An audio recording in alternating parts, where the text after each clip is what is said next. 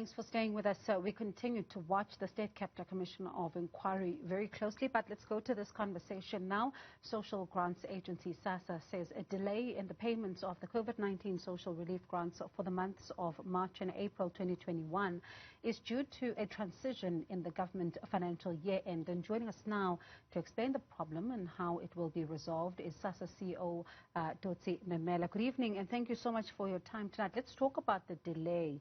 Are you able to then explain to the viewers what really caused it and how will it be resolved? Good evening, ma'am.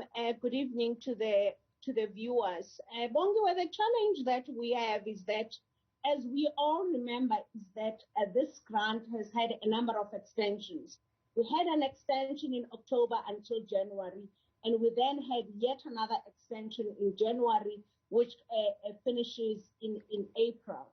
The challenge we have is that each time we have grants, we therefore have to extend all the different contracts we have whenever there's an extension. We therefore had to extend the contracts we had, particularly with banks, that would do, particularly those people that would be have been declined in the past because of other challenges that they may have had that we may have found in other databases.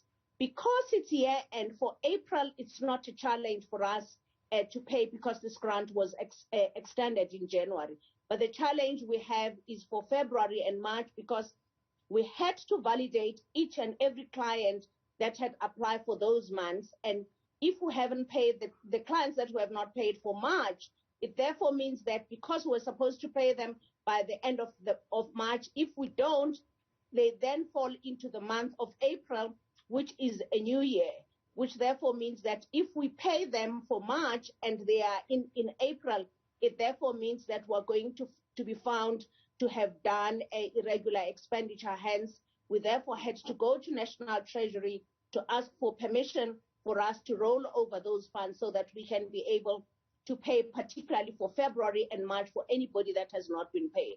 It's important to also highlight that there are a number of clients that, for a number of reasons, had not been paid. Those would be the clients that have been referred, and the referred clients are clients that have been referred because we've either found them in other databases that relate to issues that relate to fraud, and therefore we needed to make sure that we validate them yet again. And there's those clients that we have actually declined, but they've come back to us and say, even though you've declined me, you say, I'm in the database of a UIF or with IRP5, I'm unemployed. So those are the people that we may owe from October, and we're clearing all those to make sure that by June we've cleared everybody that we actually owe from even the previous periods. I know that, on paper, it sounds like it's as easy as it seems, and it's a feasible, thing to do. A lot of people are quite excited that they're going to be getting a social relief grant, but it does look like there's difficulties with this particular process because even as we speak tonight, there are some of those that continue to say that they're being turned around each time they get to the post office, and these are people that have been told that everything is now okay, they can go to a post office to collect their money, but they simply are not able to do so.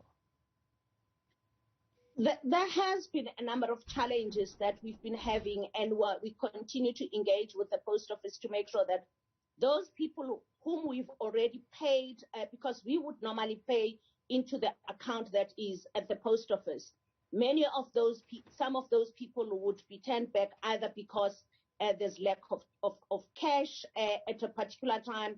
What we've tried to do, ma'am, is to ensure that each time we've already paid the money, we would send the SMS to the individual to say, you can go and collect the money. In some instances, people would go to the post office even when the money has not been paid.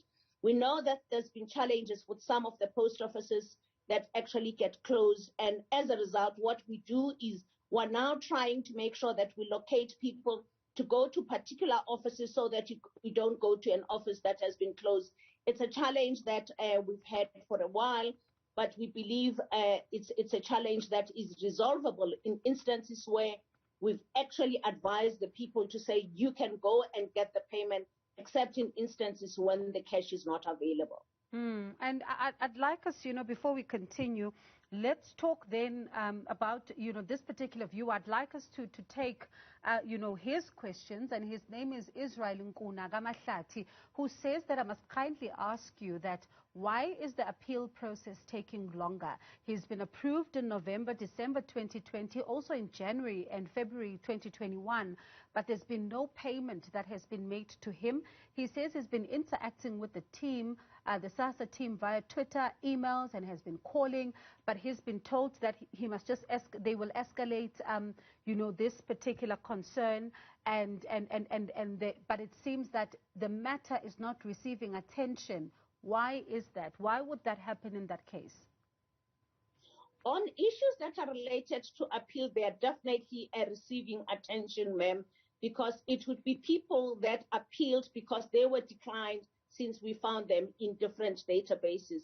For the appeal process, what we also do over and above taking the appeal that you're making, we then would go to the bank and actually make sure that there is no money in any bank account, and would verify that, because ideally the people that are appealing, we need to prove that the person doesn't have money anywhere else, because the view is that you should not have access to any other funds.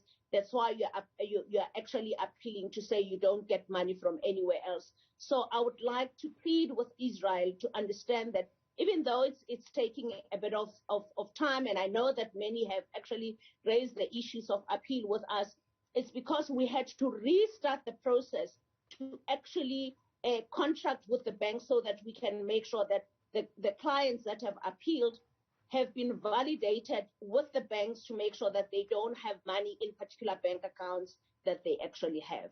And so if Israel can just be patient, I know that he needs the money now, but we are going to make sure that by April, May, we clear the process so that everybody, particularly those that have appealed, have been paid. Many of them have already been paid. It means Israel is amongst those that have not been paid, and we're going to clear the backlog. And what he's also asking is that why then are the clients who are appealing, getting paid after those who've been approved as per normal, and why do those who have been who've been appealed and then they try to upload their banking details, it declines them? It shouldn't ordinarily decline them, because we actually do encourage clients to use their own bank account so that they don't have to get clogged in the queue with the post office, because of some of the challenges that we have in terms of the queues and the impact that it has on the people actually standing in the queues for a long time. As far as I know, there should not be any issue, even for those that have appealed for them to be able to load the bank accounts. But I will have a look at it, ma'am, to make sure that that's actually the case. But that's my understanding in terms of the process that we use. And he says that if then the appeal process is then approved, will the money he gets be backdated?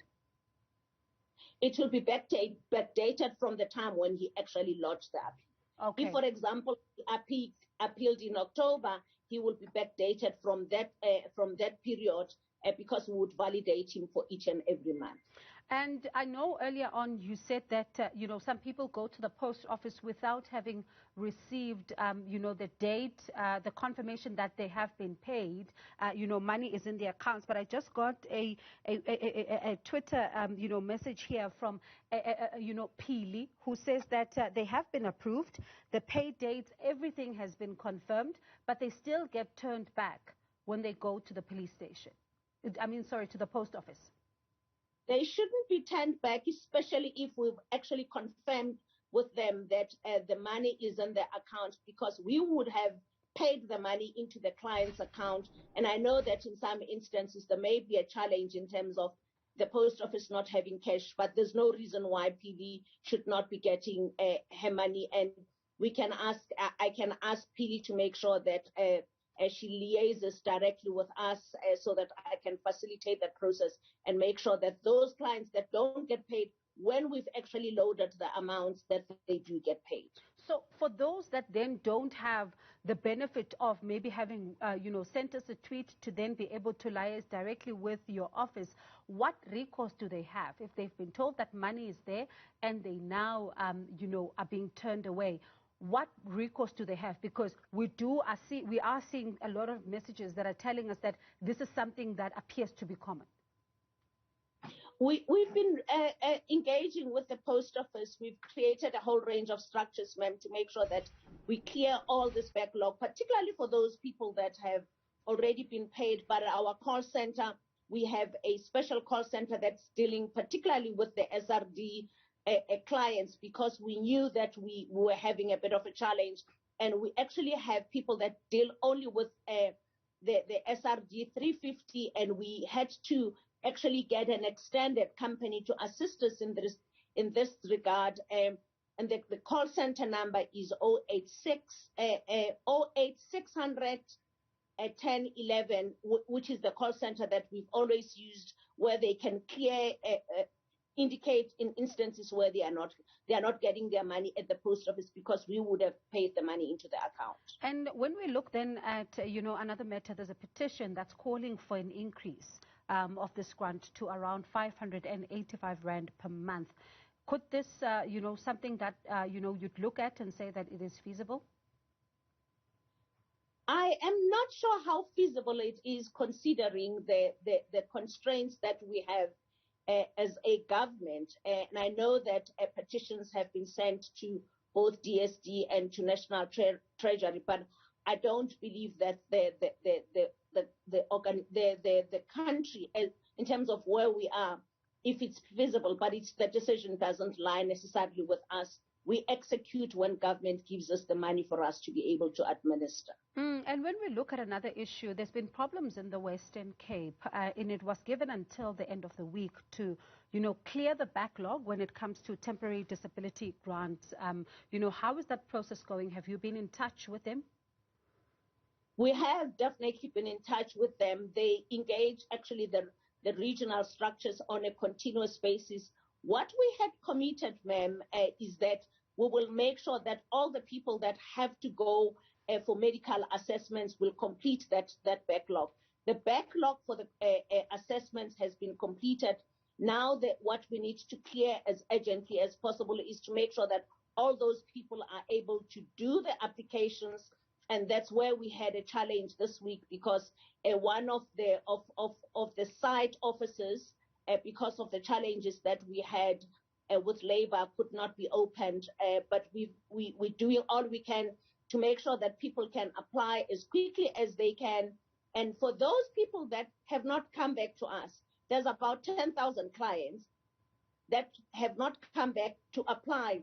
And we can't then go and get them from where they are, because it means the need is no longer there. We've actually taken 10% of those clients and called them, and some say, I don't have a disability anymore because it was temporary in any case. Others are indicating that they found other alternatives in terms of finding jobs, and others, so we only contacted 10% of those people that have actually come in. So we've cleared the backlog in relation to making sure that all the people that had whose temporary disability grants had been cancelled after the extensions over the past year, to make sure that all those people have been assessed. And we now actually have an online a process whereby people can actually request for them to be able to go to the doctor for an assessment without necessarily coming to our offices, for us to make sure that we ease the challenges that people have, for them to having to come and queue, so that they actually queue once when they come to do the actual application, but that the other processes they can do from the comfort of their homes. All right. Mamela, thank you so much for your time tonight. We are going to be sending your office Israel's contact details as well as Pili, as promised. But thank you so much for your time tonight. That was Sassa CEO Dotsi Mamela explaining the delays in the payments that have affected recipients of COVID-19 relief grants. And just ahead, we discuss the